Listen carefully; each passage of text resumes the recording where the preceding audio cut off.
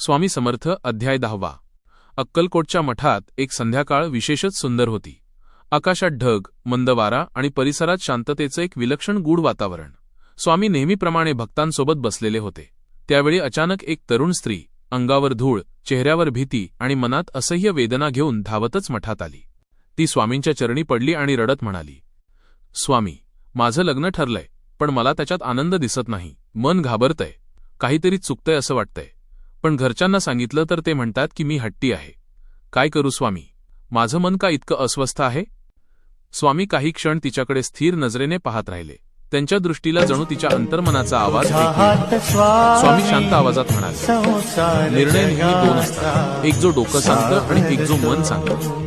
ती स्त्री रडतच म्हणाली, स्वामी, माझं मन जोरात ओरडतंय, पण मला समजत नाही की हा भीतीचा आवाज आहे की सत्याचा. स्वामींनी एक छोटा दगड उचलून तिच्या हातावर ठेवला आणि म्हणाले,